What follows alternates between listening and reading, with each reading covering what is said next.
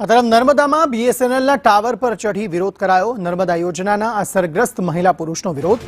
પડતર પ્રશ્નોનો નિકાલ ન આવતા ટાવર પર ચઢી વિરોધ કરાયો। મહિલા અને પુરુષે ટાવર પર ચઢીને પોતાનો રોષ વ્યક્ત કર્યો। દિનેશ પસિયા અને બબીતા તડવીએ આ વિરોધ કર્યો હતો। વર્ષ 2016-17માં નોકરી સહિતના પ્રશ્ને હડતાલ કરી હતી અને હજુ સુધી પ્રશ્નોનો નિકાલ ન આવતા આ રીતે વિરોધ કરાયો છે।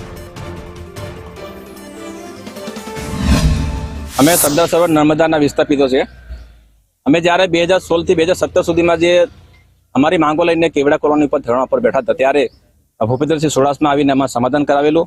એમાં અમારે 2 મહિનાની અંદર તમારી જે માંગો છે અમે સ્વીકારી છે અને 2 માસની અંદર તમારી કામગીરી ચાલુ થશે તેવું આશ્વાસન આપીને અમને સમાધાન કરાવેલું। આજે 8 વર્ષ થઈ ગયા છે, આજ દિન સુધી અમારા એકેય પ્રશ્નનો નિકાલ કરવામાં આવેલો નથી। એમાં મુખ્ય માંગો અમારી એ છે કે કટ ઓફ ડેટ અને નોકરી, આ 2 વસ્તુ અમારી માંગણી છે। એટલે આજે અહીંયા ટાવર પર ચડવાનું એ જ કારણ છે કે અમારા જે 2 મુખ્ય માંગો છે એ માંગો અમારી પૂરી કરે તો અમે ટાવર પરથી ઉતારી લઈશું। નર્મદા જિલ્લાના કેવડિયા એકતાનગર ખાતે જે એકતાનગરની કચેરી છે એની બાજુમાં જ BSNL નો ટાવર છે, તેની પર 2 ગ્રામજનો ટાવર પર ચડી ગયા છે। તમે તસવીરમાં જોઈ શકો છો કે આ 2 ગ્રામજન છે, એમાં એક મહિલા છે અને એક પુરુષ છે।